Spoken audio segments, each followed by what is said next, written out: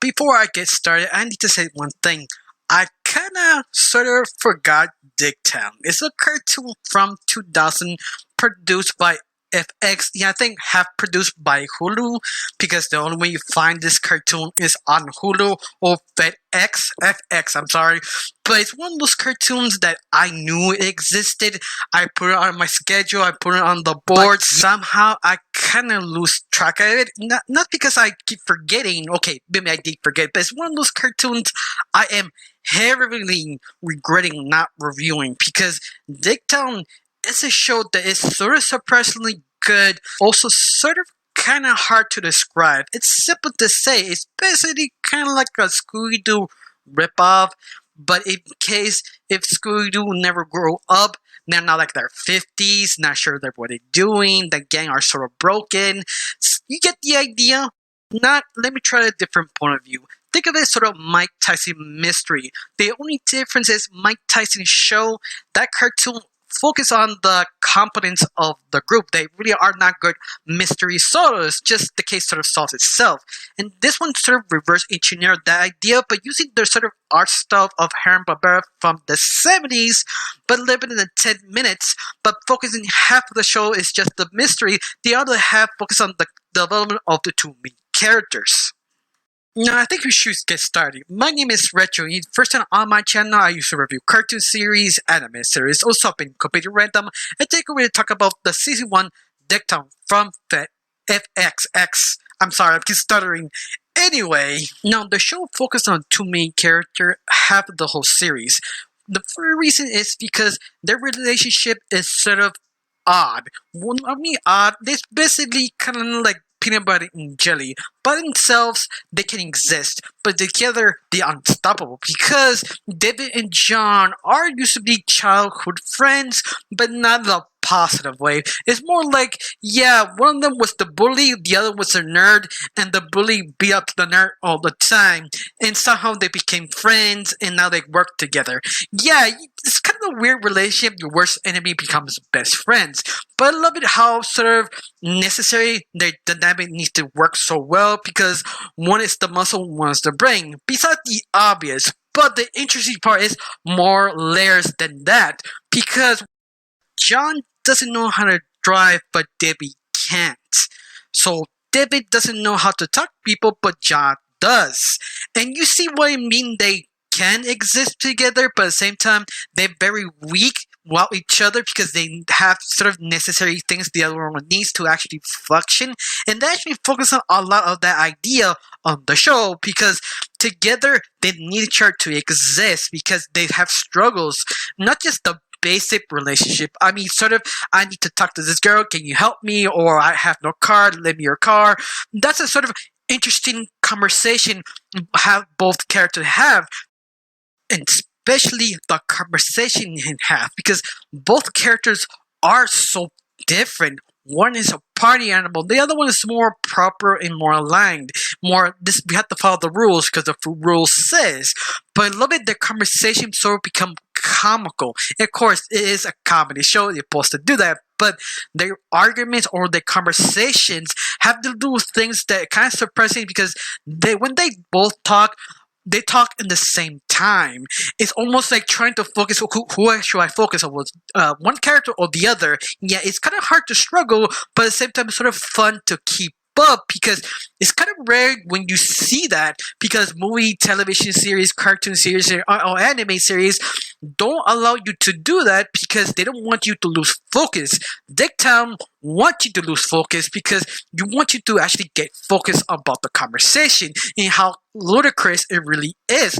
Open best describe if you never see Jaws, how many characters talk to each other over each other and trying to give their point of view. Think about that and Dicktown. Dicktown does that constantly. Not every single episode, but enough that you actually notice and you also appreciate that sort of funness Dicktown really has. Of course, I love it how the two main characters are completely flawed. They're not perfect, especially how they talk about their lives. For example, how John could be a better person. Why I mean better, he has the chance to go into the FBI, work to the government, become someone special, but he sort of decided to stay. He now sort of regrets it because now he lived in sort of kind of a boathouse outside of town that he thought it was sort of cool at the very beginning, being sort of Magango, if you know who detective I'm talking about, was sort of that sort of home to live outside, a practical place to help people. The only problem is he never gets the adult client he wants. He gets teenagers, very odd hipster teenagers that you find now modern times. And yeah, he's sort of sad because it's sort of creepy this adult had to go to high school and get jobs for teenagers for sort of things. And it's kind of weird. They point it out, they freak out. But once more, that's when he's sort of bummed because he feels he's not a real detective, but the guy does solve very odd, interesting mysteries, but he's very good at them, especially with his best friend, David. Because David, he's sort of the average Joe, that tough guy who has not really muscles, but he's sort of aggressive, understands the streets, how people think. You could see David why he's so useful, but at the same time, he's sort of a loser because he has not a real job because he works with his best friend, very odd clients he worked with, but at the same time, nobody respects him or he's respect himself. He's sort of lost with his best friend, but he's not sure this is the right thing he's doing in his life. Yeah, I think that's one of the biggest strengths of the show because you see both characters sort of very positive doing something kind of good, but at the same time, the subject matter they fall into is sort of odd. I think one of the biggest examples is when this high school senior hired them to investigate her relationship with her best ex-friend, but not really her boyfriend.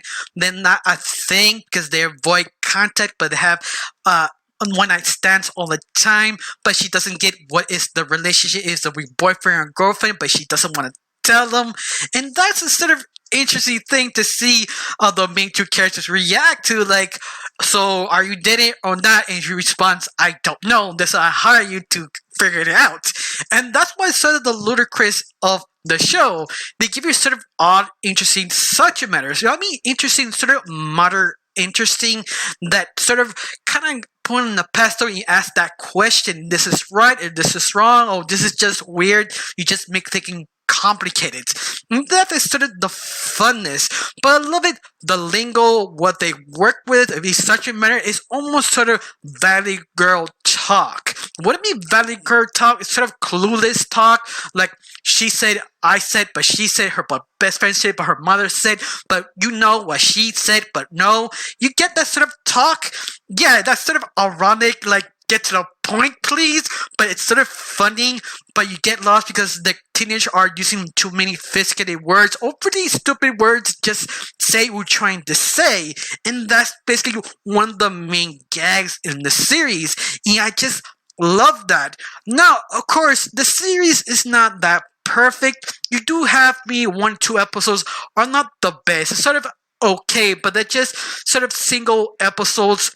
They try to understand how the world works, trying to show you, but once more, they're not bad. But you see those 2 episodes, you know what I mean. Before I end this, I want to talk one more character. He is sort of the main character, also Tucker, the high school student, who is basically rich and abuses these 2 detectives all the time because the detectives don't have real clients, just Tucker, and they have no choices to lend them their money or ask for stuff. And Tucker looks at them like, bros, you're adults.